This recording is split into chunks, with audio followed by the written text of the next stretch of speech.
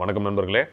அதாவது நம்ம வாழ்க்கையில் நிறைய சூழல்கள் எப்படி அமையும்னா, ஏமாற்றப்பட்டிருப்போம், இல்லை கூட இருக்கவங்களே ஏமாத்திருக்கலாம், இல்லை அடிமேல் அடி, அதாவது எதிர்பார்க்க முடியாத அளவுக்கு எமோஷ்னலாக வலிகள், அடிகள், இதெல்லாம் இல்லை பல பேர் நம்ம சரி ஒருத்தர் நல்லவர் நம்பியிருப்போம், அவர் ஏமாத்திருக்கலாம்.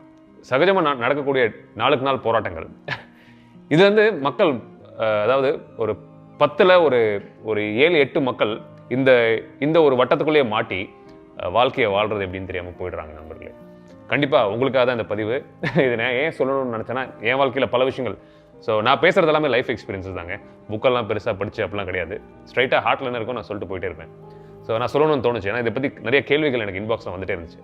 அதாவது நான் வந்து என்னை கஷ்டப்படுத்தினவங்க இருக்காங்க இல்லையா, பொதுவாக இல்லை கஷ்டமான சூழல்கள், அதுலேருந்து நான் எப்பவுமே வந்து ஒரு பாடம் எடுத்துப்பேன். பாடம் எடுத்துக்கிறது மட்டும் இல்லாமல் என்னை யார் கஷ்டப்படுத்தினாங்களோ அவங்கள நான் மறக்க மாட்டேன். அதாவது நான் அவங்க மேலே வந்து ஒரு பழி வாங்கணும் அப்படி ஒரு எண்ணங்கள் வச்சுக்க மாட்டேன். ஏன்னா வச்சுக்கிட்டா நமக்கும் நல்லது கிடையாது. நான் ஏற்கனவே சொன்ன மாதிரி நெருப்பை கையில் பிடிச்சிக்கிற கதை தான். கையில் பிடிச்சிக்கிட்டு நம்ம அடுத்தவங்க மேலே கோவப்பட்டால் அது அடுத்தவனு நெருப்பு கையில் வச்சு அடுத்த மேலே தூக்கி போடுற கதை தான் அது. நம்மளை முதல்ல சுட்டுக்கிட்டு தான் அது அடுத்தவனுக்கும் அது டேமேஜ் கிரியேட் பண்ணும்.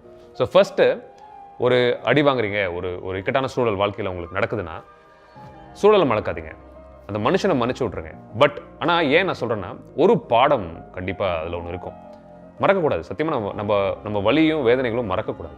இது வந்து தப்பான ஒரு விஷயம். எல்லாருமே சொல்கிறது அப்படியே எல்லாத்தையும் மறந்துடலாம், மறப்போம் மன்னிப்போம், அதெல்லாம் செல்லாது.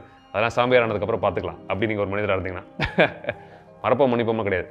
மன்னிச்சிடலாம் ரெண்டாவது, பட் மறக்கக்கூடாது. யாராக இருக்கட்டும், எப்படி ஒரு சூழல் நம்மளை உள்ளாக்குனாங்க, எவ்வளோ வழிகளுக்கு உள்ளாக்கினா மறக்கக்கூடாது. ஏன் நம்ம மறக்கக்கூடாதுன்னா, நம்ம அதை மறக்கலைன்னு அதை நம்ம மறந்துட்டோம்னு வச்சுக்கோங்களேன், அடுத்து திருப்பி அதே மாதிரி சூழலில் நம்ம ஏமாற்றப்படுவோம், அது மாதிரி ஒரு சூழலுக்கு நம்ம உள்ளாக்கப்படுவோம் நம்மளாலேயே. ஸோ அதனால் அந்த அவேர்னஸ் இருக்கணும். ஸோ வாழ்க்கை ஒருத்தர் நம்மளை கஷ்டப்படுத்துறாரு, ஏமாத்துறாரு, ஏதோ ஒரு சூழல் நமக்கு ஒரு விஷயம் நடக்குதுன்னா அதுலேருந்து நம்ம கற்றுக்க வேண்டிய விஷயம், அந்த பாடம், அந்த லெசன் நம்ம மறக்கக்கூடாது. அதை மறக்காமல் இருந்தால் தான் நம்ம அடுத்து திருப்பி அந்த மாதிரி சூழலுக்கு வரமாட்டோம். ப்ளஸ் அதுலேருந்து நம்ம வளர்ந்து போய்கிட்டே இருப்போம். புரியுதா?